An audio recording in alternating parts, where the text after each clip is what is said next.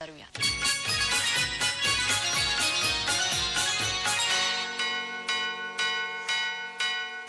ही आवडते मज मनापासून शाळा लाविते लढाई जसा माऊली बाळा.